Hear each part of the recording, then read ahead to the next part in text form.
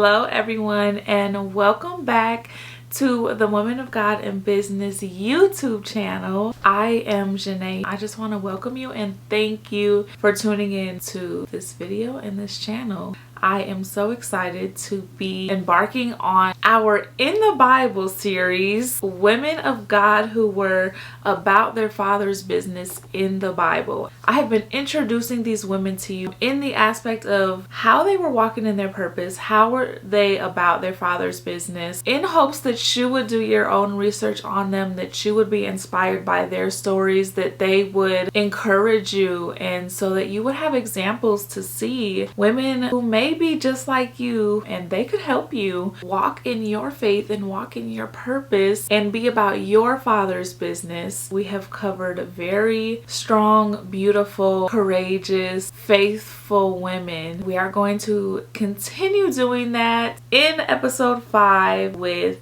Deborah. So Deborah is actually one of my favorite women who I have researched. I know it's like, how can you have a favorite? There's so many wonderful women in the Bible, but Deborah was really about her father's business. She was really courageous. She really was like a boss woman. Let's get into the video. Grab your notebook so we can take a dive into who Deborah was. So Deborah was a prophetess, a wife, and she was a judge. She steps into a position that was only held by men, and she was heroic. She helped to lead thousands of Israelite soldiers into battle against King Jabin. Now just think about that. Only men were doing that. And that's not even getting into the judge aspects that only men were doing as well. So she was stepping into two things that you did not see women doing, and she did it in such a bold, courageous way. She was not timid. She was not shy.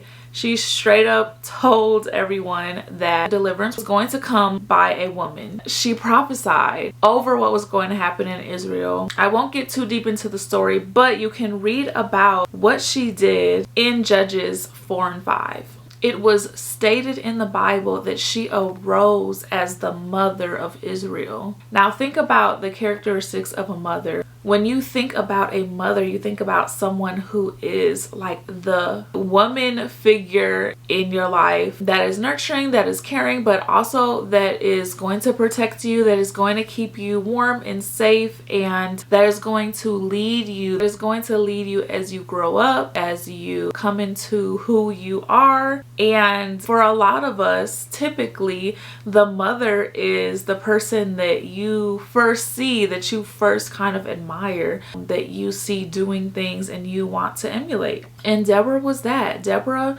was the mother in all aspects, how she led these soldiers, how she led her people, how she led the nation, and did it in such a caring, godly, discerning way. And she was bold about it. She was not afraid, and she helped bring peace to this land. I want you to think about when you are not seeing something take place, when you do not see anyone that looks like you, when you do not see anyone doing what you're doing or what you want to do. It could be discouraging, and it could be very hard to have hope for something, to dream of things that you have never seen and that you have never seen done or that you ever heard of. Although she never saw anyone do what she has done, that didn't stop her from wanting to pursue such great things, such high titles. And she continued to step up. She continued to seek freedom for her people from this king. And she led so boldly because she knew that God was going before them in battle. So again, you can read about all of this in Judges 4 and 5, but I just want to talk on the perspective of Deborah leading and being an example for other women. Although she didn't have any woman to look up to that was doing what she was about to embark on, she looked up to God. She pulled from God. She leaned into God. And because she had a relationship with God, she knew that He was with her. He gave her the strength. He gave her the courage and the bravery and all of these attributes to complete this assignment that he had for her. So after you read, you'll find out that after Deborah essentially completed the assignment that God had for her, the purpose that was in her to do the specific thing that God had her doing, there was peace in her land for 40 years. She stepped bravely into what God had for her, doing what she had never seen done before. And because of that, she was not the only one that benefited from her obedience to God, from her courage, from her bravery, from this bold pillar that she was. She was doing this for her people. She was a caring person. She loved her people. She loved her land, and she was willing to do what she had to do. She didn't care if she sacrificed her own self for the greater good, for the greater purpose. But that's how you know she was a woman about God's business, because she didn't care what came of her by doing this. She wanted to complete this for God so that she could be something for someone else. And that's ultimately why we're here, right? It's not for us. It is for other people. It is for other people to be saved, to give their lives to Christ, to make ultimately the world just better by spreading what God put inside of us for others. And I am emphasizing that intentionally because sometimes we get so wrapped up on ourselves. We have a selfish perspective on things sometimes, and ultimately when we remove ourselves from the picture, when we realize that it is not about us, it's about God and what he wants to do in this world, in our land, in the people, in the kingdom, then we're able to be willing vessels for him and for his kingdom. And there are benefits and blessings, like we talked about in past videos, of being a part of the kingdom, of being a believer, of being God's child, of being his vessel. No, we don't do things to reap a reward, but it is a benefit of us living for God that we will be blessed by doing his business. Ooh.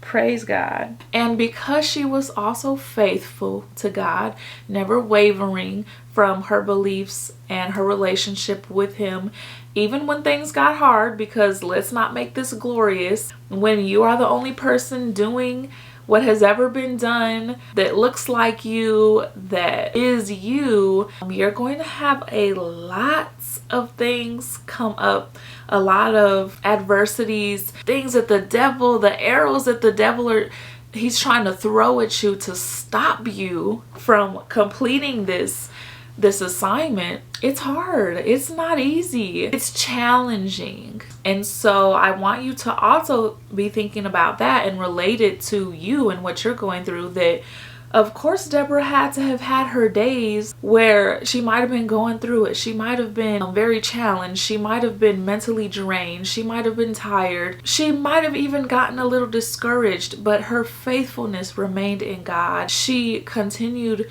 to press into him. He gave her the strength, and he gave her the tools and the resources and the people and the fruits of the Spirit to complete what he had her to complete. And by doing all of this, she led not only the people physically, but the hearts of her people back to God. Because if you read about this, they were struggling too with their beliefs and with their relationship with God. They were worshiping idols. They were doing all of these things. And she, by doing this physically, helped to spiritually bring their hearts back to God. She was a vessel, and she reaped the benefits because she also got to live in peace.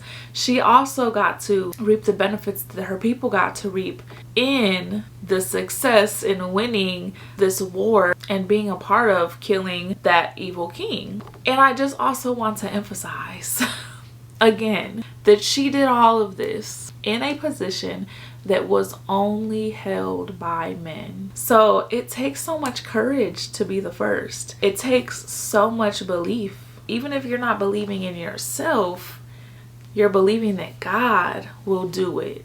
Sometimes I don't have a ton of belief in myself and my own capabilities, but I believe in God, and I believe that He will help me to do whatever it is, help me to say whatever it is, help me to complete whatever it is, because if He wants it done, then He will give us the tools to complete it. And it is not in our strength, but it is in His strength and in His will and His plans for our life.